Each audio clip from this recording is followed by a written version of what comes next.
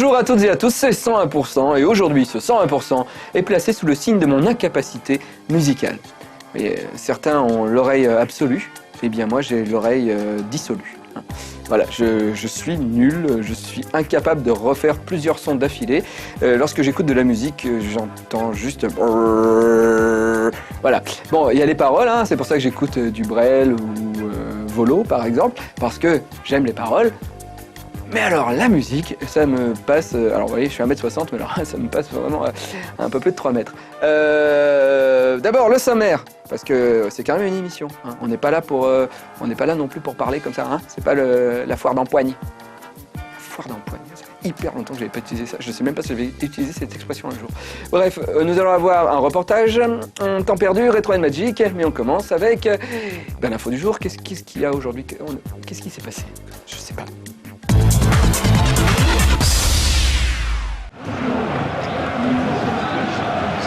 C'est la fin du mercato hivernal de football qui a vu de nombreux joueurs changer d'équipe dans à peu près tous les grands championnats mondiaux.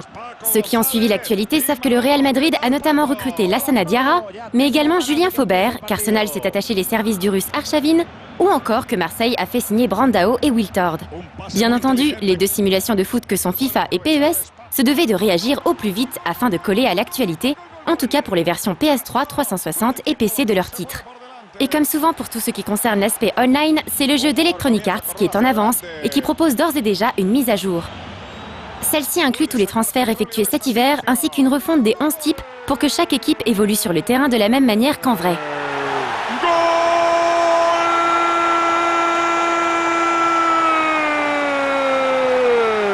Vaya pedazo de gol! Les fans inconditionnels de PES devront eux patienter jusqu'à la fin du mois pour pouvoir mettre à jour les effectifs.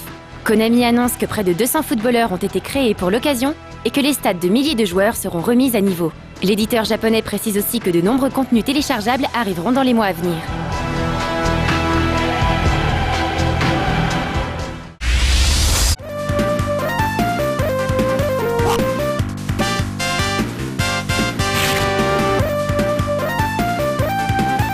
Connaît Joe Musashi, le célèbre ninja sauveur de petits-enfants.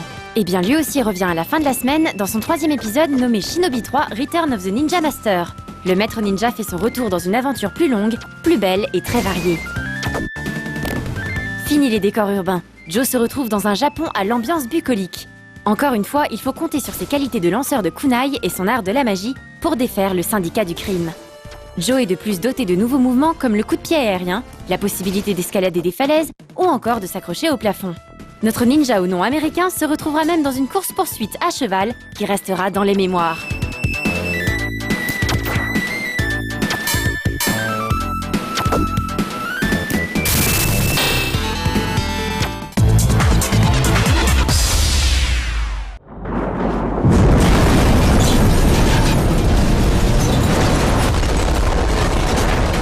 Édité par Sega, Stormrise est un RTS signé par The Creative Assembly, à qui l'on doit la série des Total War.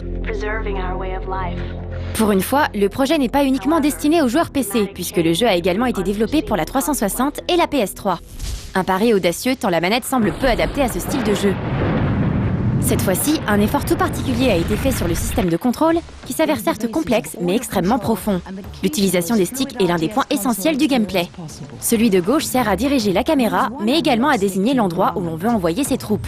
Celui de droite permet entre autres de passer rapidement d'un groupement d'unités à un autre, en bougeant rapidement le stick vers le lieu où se trouvent les troupes que l'on veut rejoindre. Évidemment, un paquet d'autres commandes seront disponibles pour diriger au mieux ses armées. Le bouton X permettra par exemple de tirer une flèche de ses troupes jusqu'à l'endroit où l'on souhaite qu'ils se rendent. Quant au bouton Y, il permet de loquer une cible et de donner ensuite des ordres à ses unités pour qu'elles interagissent avec celle-ci. Tous les boutons de la manette ont de toute façon plusieurs fonctions, et il faudra d'ailleurs un certain temps pour mémoriser toutes les commandes. Developed specifically from the ground up to bring RTS proper to the console. L'autre particularité du jeu, c'est l'utilisation de la perspective. Si l'on a des unités aériennes, on pourra par exemple observer le champ de bataille de haut et diriger ses troupes d'un point stratégique. Mais bien souvent, il faudra aussi jongler avec une vue au plus près de ces unités pour pouvoir par exemple les planquer à l'intérieur de bâtiments. Histoire de ne pas compliquer le gameplay, une seule ressource sera nécessaire pour la création des unités, la construction de bâtiments ne faisant elle pas partie du jeu.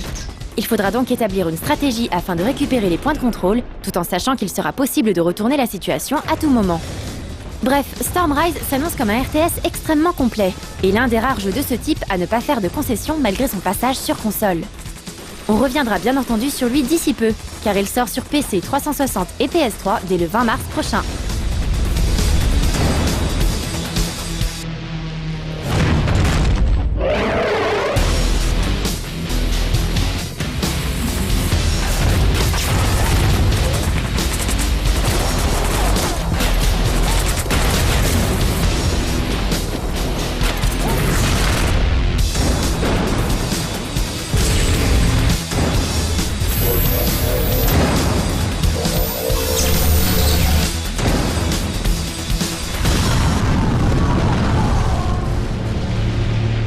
Welcome, Lieutenant.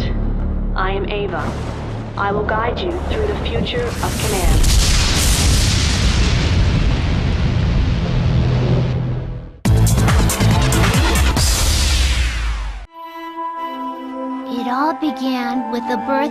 C'est en 2007 que d'étranges créatures ont fait leur apparition sur Wii par le biais d'un FPS enfantin. Appelées LEDs en France et LEBits au Japon, ces créatures s'apprêtent à envahir dans quelques jours la DS. Toujours accompagné de Kai, un petit garçon armé d'un pistolet laser, les LEDs devront être capturés à l'aide du stylet. La grosse surprise de cette suite sur DS est le changement de genre opéré par Konami. LEDs The Adventures of Kai and Zero n'est plus un FPS mais un action RPG. L'objectif du jeu consiste toujours à tout fouiller pour débusquer des LEDs et remplir de watts son pistolet laser. Mais Kai sera désormais entouré d'Omega, des LEDs au pouvoir élémentaire. Le joueur devra donc tirer parti de leur pouvoir afin de résoudre bon nombre d'énigmes et d'affronter 7 boss différents. A noter que 4 joueurs pourront également s'affronter via une connexion Wi-Fi. Un jeu qui s'annonce beaucoup plus réussi et cohérent que la version console de salon, bientôt critiquée dans 101%.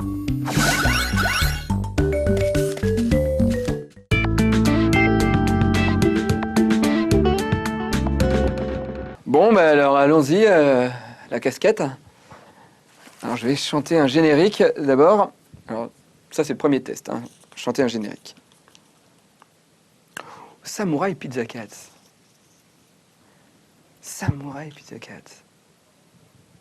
Samouraï Pizza Cats. C'est le plus fort des Samouraï Pizza Cats. Putain, je me rappelle plus les paroles. Quoi? Mathilde est morte de rire. Samouraï Pizza Cats, c'est le plus fort de tout le quartier. Samouraï Pizza Cats. Ils sont des robots atomiques. Je m'en rappelle plus le générique. Mais ouais, bon, personne peut m'aider là. Vous connaissez pas Samouraï Pizza Cats en plus. Ah. Raon, encore? Ah bah non, c'est pas encore, je suis con, c'était le dernier plateau. Raon, fils des âges farouches, Raon, plus vite que le vent. Encore un que je connais un peu mieux. Oh, The Legend of Zelda. Alors voilà, vous voyez, alors le problème c'est que j'ai voilà, mon problème, on y arrive, c'est que j'ai un bug musical, c'est-à-dire que je mélange les musiques. Parce que là, pour moi, dans ma tête, je crois qu'il y a Mario qui vient. Tin, tin, tin, tin, nanana, nanana, nanana, nanana, nanana, nanana.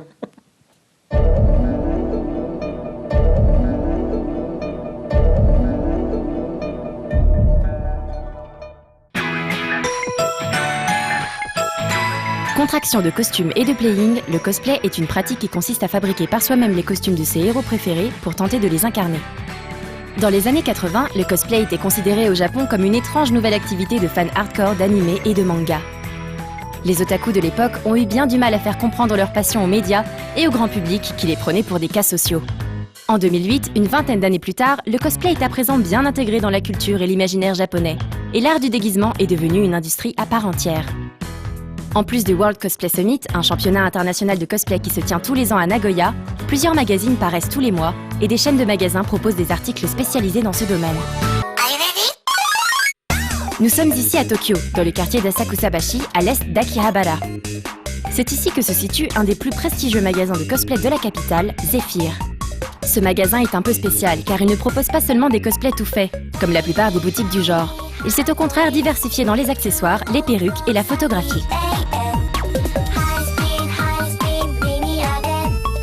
Il est 19h passé, le magasin va bientôt fermer ses portes et cette dernière cliente n'est autre que Miss Takaso, une cosplayeuse très active dans la communauté japonaise depuis une quinzaine d'années. En France, les cosplayers sont obligés de commander leurs perruques sur internet, car peu de magasins affichent des prix abordables et un choix suffisant. Et Zephyr est une mine d'or en la matière. En plus de proposer un choix très varié et complet de perruques, les vendeurs peuvent arranger et créer n'importe quoi en termes de délire capillaire manga.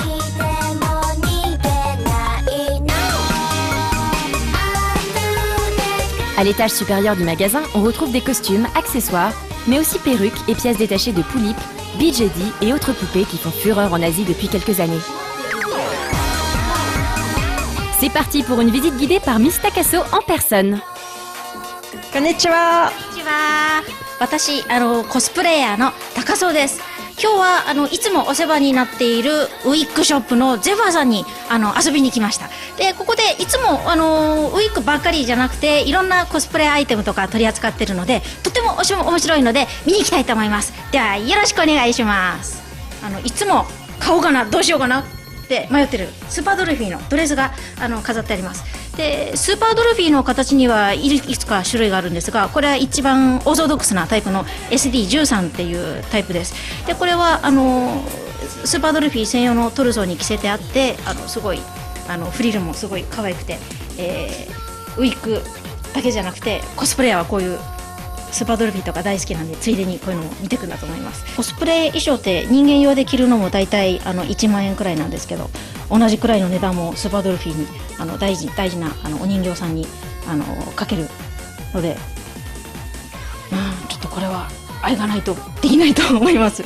コーナーはアクセサリーとかなんですけど大体日本には一般的な雑貨屋さんですとこういった可愛いこれはなんだろうスワロフスキーの人造ダイヤモンドのアクセサリーなんですけどよくここのお店っていうのがメインが通信販売で発売してるんですがその送料を足すために、これをついでに買ってしまうなんていうことがよくあります。ウィッグだけだと3900円なんですがそれにあといくつか足すと送料が無料になるなんていう時にいつも他のお店で買ってるものでもついついこのお店で買っちゃうなんていうことがあります。こうやっていつもネットじゃないと見れないあとこういった流行とちょっと外れてるけど必要な時にいつでも買いたいっていうものが並んでてとってもありがたく思ってます。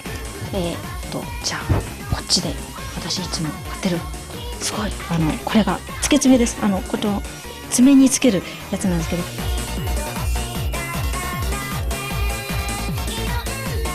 っちのコーナーはシルバーアクセサリーっていうちょっと安めの価格帯のアクセサリーです。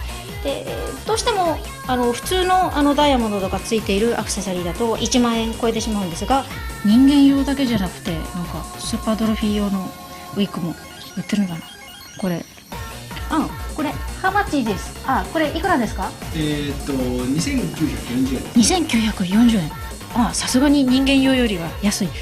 でこういったスーパードルフィーを一緒に住んでいらっしゃる方なんかのホームページ見ますとこのウィッグのテクニックというのがとてもコスプレに応用できます。このなんでしょう髪の毛がチリチリになったりふわふわしたりする技術っていうのがよくホームページで公開してる人がいて私もよくチェックして自分に応用してきたりさすがオタクショップだけあってガンダムのゴクが並んでたりゴクです。私が2番目に大好きなモビルスーツです。さすがにここまで見て思ったのが人間用のウィッグと大体ウィッグの形が一緒なんですね。でこういったこっちのワンレンストレートっていうこの形も全く同じものが人間用で用意されてます。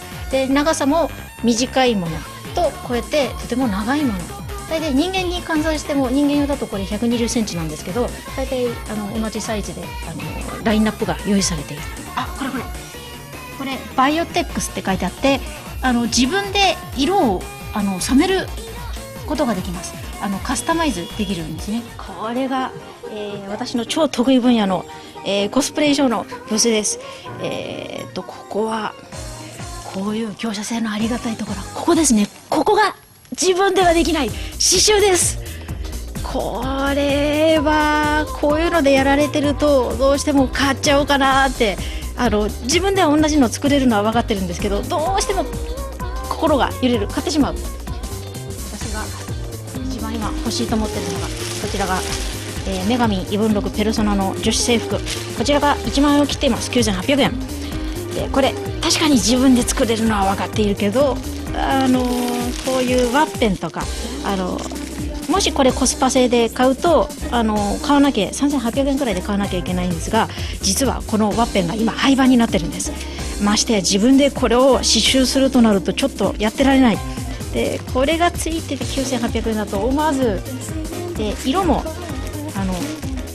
でいいし、この作品が出て2年目に実はコスプレしてます。今から5年くらい前かな。その時に誰も気づかなくて、私このキャラクターのコスプレしてたんですけど、全然気づいてくれなかった。ところが今頃ようやくブームが来て、なんだよ今頃人気くんないかとかって思って、はい、でこれはちっちゃいアイテムなんか揃ってます。これがブリーチの鑑賞で、これが私買おうかどうか迷ったインターフェースです。コスプレサミットの予選に今年実は例で出たんですけど、その時ルールが自分で作った方がいいって言うんで書いてあったんですけど、普通のイベントに参加する時はやっぱりこういったちゃんとプラスチックで、これ多分プラスチックで作ってあるものを買っちゃいます。でここにいらっしゃるのがプリップのヘッドがとても大きい、ここにもつけてるんだな、お人形の方で、こちらも展示してあります。でちょっと見回してみますと、こっちがこれがですね、コスプレイヤーだったら必ず一つは持ってるというバストホルダー。これ何かっていうと男装、つまり男のコスプレをするときにバストをフラットに平べったくするためのアイテムです。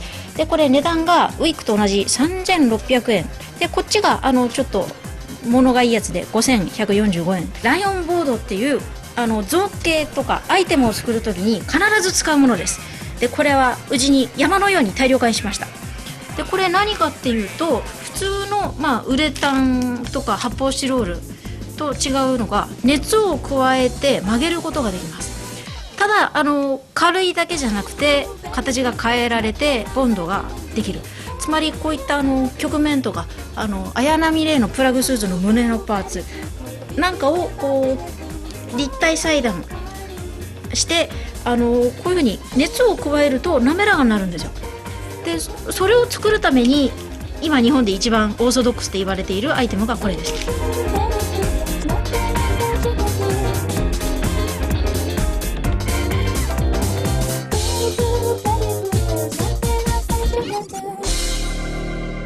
Cerise sur le gâteau, Zephyr possède également un studio de photographie que les cosplayers japonais peuvent louer à la journée.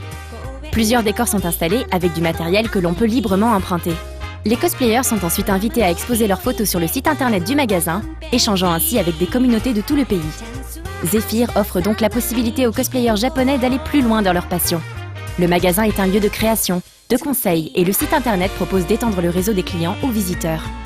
Un service de vente de perruques en ligne est d'ailleurs disponible, permettant aux cosplayers du monde entier de profiter de ces services, et Monsieur Saito, président de la firme, nous a fait part de sa volonté de se déplacer au prochain salon Japan Expo. Il est convaincu que le cosplay a encore de beaux jours devant lui, et il souhaite s'investir de plus en plus dans cette communauté, qui commence tout juste à avoir le statut qu'elle mérite.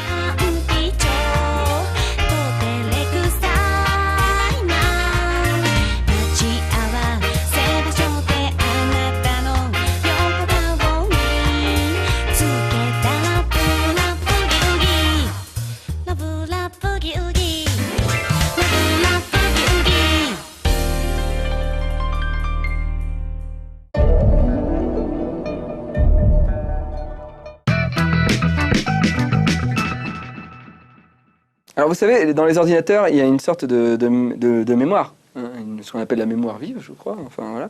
Et selon les ordinateurs, il y a une plus ou moins grande mémoire vive. Et moi, musicalement, ma mémoire, elle est très petite. Et si je chante plusieurs trucs d'affilée, en fait, il y a un bug. Je mélange les sons. Comme vous avez pu voir tout à l'heure, en fait, au bout de 3 musiques, là, j'ai commencé à à merder un petit peu. Et pour moi, il existe la trinité musicale. Alors, la trinité musicale, qu'est-ce que c'est? En fait, c'est Star Wars, Indiana Jones et, alors, cherchez l'erreur, La Punaison dans la prairie. Alors pourquoi? Eh bien, en fait, je mélange ces musiques. C'est-à-dire que lorsqu'on me dit, tiens, t'as qu'à chanter Star Wars, eh ben, des fois, je sors La Punaison dans la prairie. Alors, des fois, non. Mais de toute façon, au bout de quelques minutes, normalement, il y a un bug et je ne sais plus quoi chanter. Donc Mathilde, qui est derrière la caméra, Mathilde, tu es avec nous? Oui, je suis là. Donc tu connais mes 3 musiques, on va dire, bugesques, et tu vas me demander, sans que je sache l'ordre, de chanter une musique. Je vais essayer jusqu'à que je bug. D'accord? Vas-y. Bon, Star Wars. Star Wars.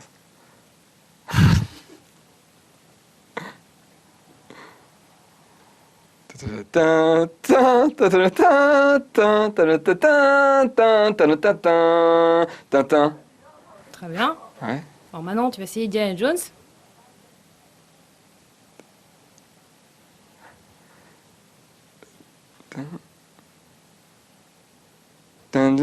Non. Putain, j'aurais voulu en faire plus de 2. Non,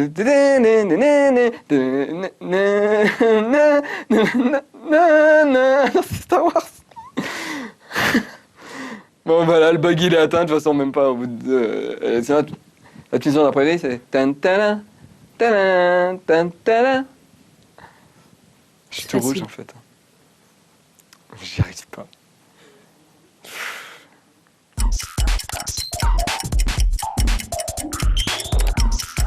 Bonjour, vous vivez depuis 3 jours dans une piscine et vous rêvez de pouvoir contacter un plombier au plus vite pour vous débarrasser de cette fuite d'eau.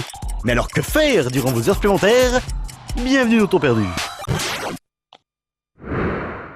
Vous le savez, nous sommes prêts à tout pour vous donner enfin de bonnes raisons de faire des heures supplémentaires. Mais attention, parfois certaines des productions ici présentées doivent être manipulées avec prudence.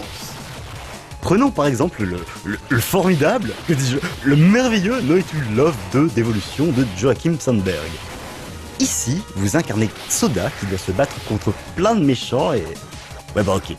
Vous incarnez un personnage overbalèze qui doit dézinguer des hordes d'ennemis déchaînés dans un jeu de plateforme survitaminé. Avec la souris, vous loquez les ennemis et déclenchez des enchaînements qui tabassent, et avec le clavier, vous dirigez tant bien que mal votre personnage. Ajoutez à cela des options à foison, de la 2D old school de toute beauté, comme on aimerait en voir plus souvent, de l'action sans faire péter les rétines, une bande-son qui déchire. Voilà pourquoi il faut vous précipiter sur la version démo gratuite. Et pour les moins pauvres d'entre vous, la version complète est à 10 $. Petite précision, si le premier épisode est un peu moins réussi, il est quant à lui totalement gratuit et disponible à la même adresse. Mais, quel que soit votre choix, il faudra être prudent. En effet, une telle dose de sensations fortes n'est pas sans conséquences. Et si vous ne faites pas attention, voilà ce qui risque d'arriver. Ça y est, je l'ai eu sans forêt de boss. Qu'est-ce que tu fais là? Salut boss, ça roule? Non, c'est-à-dire la fatigue. Super Crazy Guitar Mania Deluxe 3. En ce moment, c'est la grande mode des jeux de guitare, même si ça existait déjà au Japon depuis plus de 10 ans. Et bien aujourd'hui, avec Super Crazy Guitar Maniac Deluxe 3, retrouvez au travail tous les plaisirs du rock and roll. Au menu de ce nouvel épisode, 14 morceaux d'artistes indépendants, 10 guitares à gagner et une difficulté de l'enfer. Les flèches directionnelles font office de cordes et les 4 premiers chiffres du clavier seront à utiliser pour les notes longues. Pour vous mettre dans les meilleures conditions, il est conseillé de carrément porter le clavier comme une véritable gratte. Mais toutefois, si vous ne faites pas attention, voilà ce qui risque d'arriver.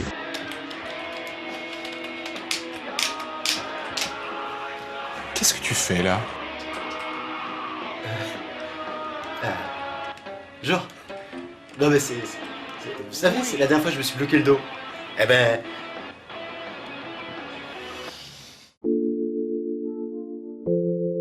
Pepper Moon est beau. Pepper Moon est en relief. Bref, Pepper Moon est original. En effet, pour pouvoir progresser, il faudra avec la touche X déplacer des plateformes, non pas en haut ou en bas, ni même à gauche ou à droite, mais en profondeur, de l'arrière-plan au premier plan. Et ça, bah, c'est super cool. Ensuite, le jeu se présente sous la forme d'un speedrun. Il n'y a qu'un seul et unique tableau que vous devrez tout d'abord parcourir en moins de 5 minutes, puis, une fois le niveau maîtrisé, en un minimum de temps. Il faudra donc s'entraîner un maximum si l'on veut réussir les meilleurs scores. Mais, petit garnement, si vous ne faites pas attention, voilà ce qui risque d'arriver. Mais qu'est-ce que tu fais là? Non mais c'est rien. N'oubliez pas que... Pour gagner plus, jouez plus.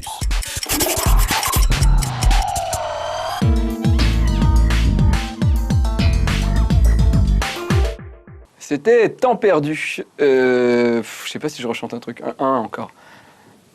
Encore un, mais après j'arrête parce que... En fait, ça me perturbe, hein. Ça m'a fatigué. Le Piaf, mais je sais pas. Toutes les semaines, on ressort les mêmes trucs. Oui, Clément, qu'est-ce qu'il y a? On est en plein tournage, hein. Capitaine Flamme. Capitaine Flamme, tu n'es pas de notre galaxie, mais du fond de la nuit. Capitaine Flamme! Oh, pardon. Je t'ai tué tympan, Mathilde. Non? Ok. Tout va bien. Voilà. Oui? Qu'est-ce qu'il y a? Ah. Ok, c'est bien. Voilà, c'est 101%, il pose la caméra, j'ai chanté Capitaine Flamme, et puis on va regarder Retro and Magic, et je fais un truc trop à télé, c'est-à-dire que je vais de droite à gauche, hein, comme ça vous avez le mal de mer chez vous. Voilà. Voilà. Voilà. C'est bon, il y en a 2 qui ont gerbé. Eh ben on peut regarder Retro and Magic.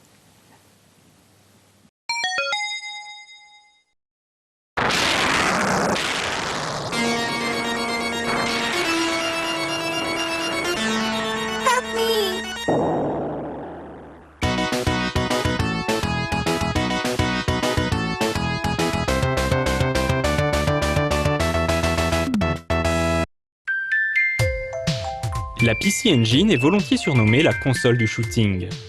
Elle a en effet accueilli de nombreux shoot'em up au début des années 90, des adaptations d'arcade très réussies comme R-Type ou Aero Blasters, mais aussi des jeux originaux développés spécialement pour la console. Parmi eux, on peut dire sans hésitation que la série des Soldiers fut la plus marquante, une série qui trouve ses origines au milieu des années 80 sur la console NES.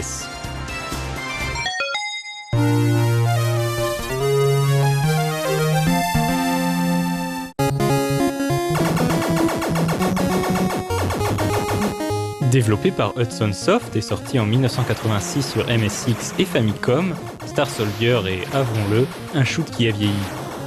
Aujourd'hui, on peut le trouver raide, peu varié, difficile à prendre en main et surtout très frustrant.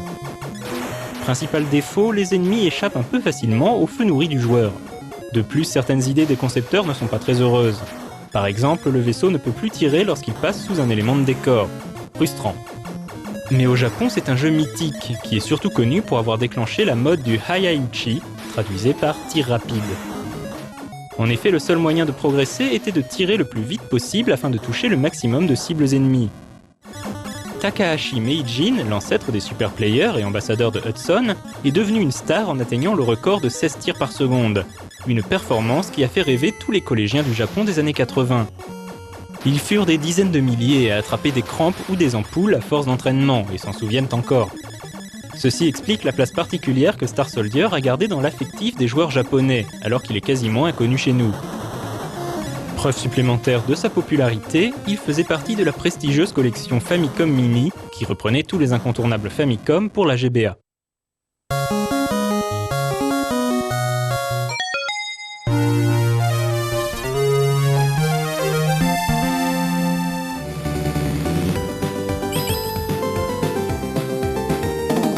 Quatre ans plus tard, un deuxième épisode est réalisé spécialement pour la toute nouvelle console du constructeur NEC, la PC Engine.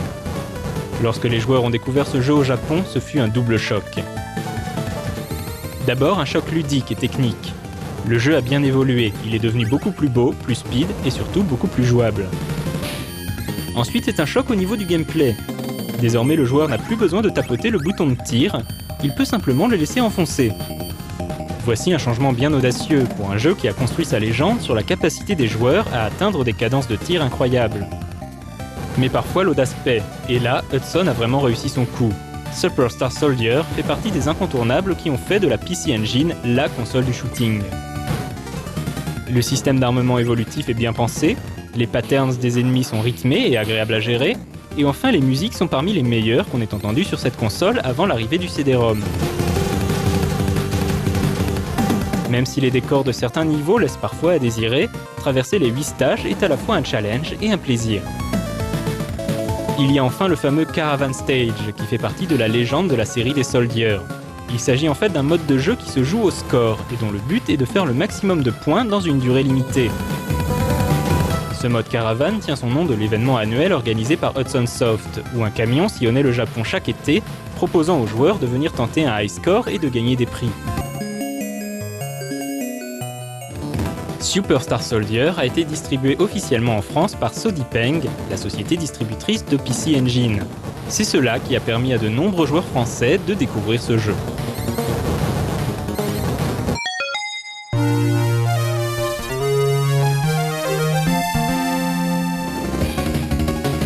Final Soldier est l'épisode le moins respecté de la saga.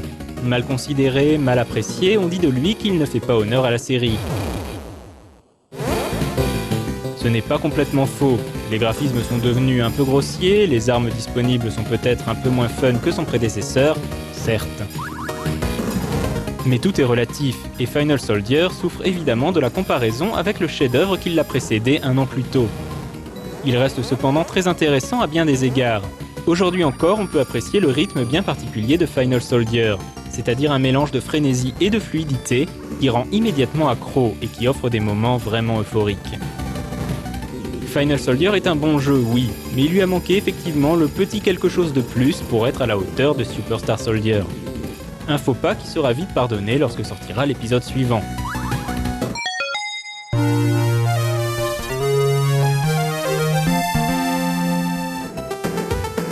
Hudson Soft sort Soldier Blade en 1992, un an après Final Soldier. Ce dernier épisode, dédié au format U-Card pour la PC Engine, offre aux joueurs un final en forme d'apothéose. Les graphismes atteignent des sommets, le design des ennemis et des boss en particulier est remarquable. Au niveau sonore, c'est également l'extase, les musiques sont toujours aussi excellentes et soutiennent l'action comme jamais. Enfin, il y a toujours le fameux mode Caravan Stage, véritable pouce au crime capable de transformer le plus innocent des casual gamers en acharné du superplay. Les mécanismes de scoring sont toujours aussi captivants, avec par exemple des bonus de points lorsqu'on détruit certains ennemis en se laissant encercler, ou quand on arrive à abattre 2 vaisseaux simultanément. Soldier Blade est pour beaucoup une référence incontestée, un plaisir absolu, l'essence même de ce qui fait le charme des shoots made by Hudson.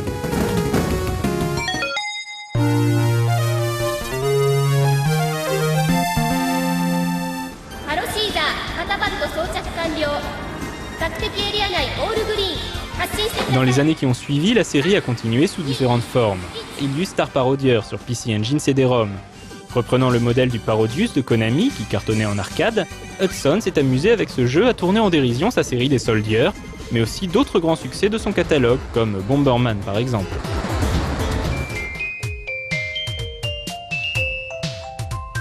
Plus récemment, les nostalgiques ont aussi pu essayer les remakes du premier épisode sur GameCube, PS2 ou PSP. Plutôt réussis et refaits entièrement en 3D, ces versions gardent par certains aspects le côté speed et excitant de leurs ancêtres. Lorsqu'on s'y essaye, on retrouve des sensations et des réflexes qu'on croyait oubliés, qui nous rappellent et nous font comprendre à quel point on avait aimé la série des Soldiers.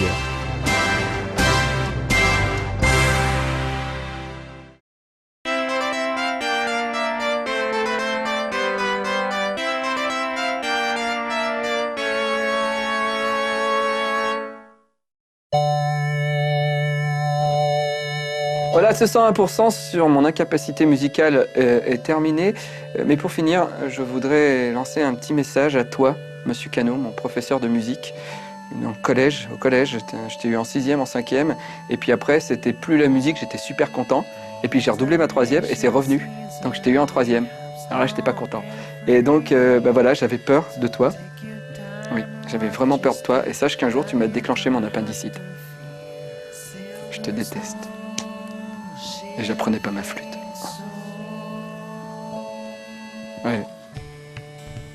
Ah, j'ai cru qu'il y a quelqu'un qui faisait de la flûte, je me suis dit, oh, ça tombe trop bien. Bon, bah allez, hein. Et puis apprenez bien à l'école, hein, parce que Pour avoir un travail, c'est important de connaître la musique. C'est-à-dire accepter les relations sexuelles. New Year's resolution, see